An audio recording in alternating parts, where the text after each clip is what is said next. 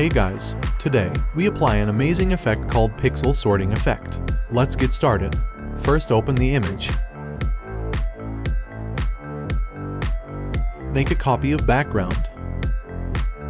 Then go to image. There go to image rotation and rotate the image. After that go to the filter. There go to stylize, down to the wind. Select stagger method and direction from the right. Hit OK.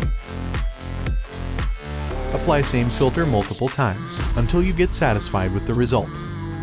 Then rotate the image back to its original position. Now apply mask on the background copy.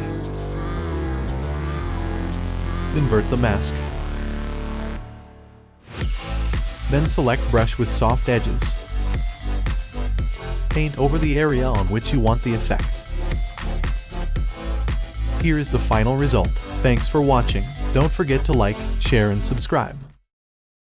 Never break, always fight, never quit, do it right, play the game, win it life, have no shame, there's no time, feel the pain, live the grind, I could change, in my mind, pick a lane, commit and climb, the only way to win it life.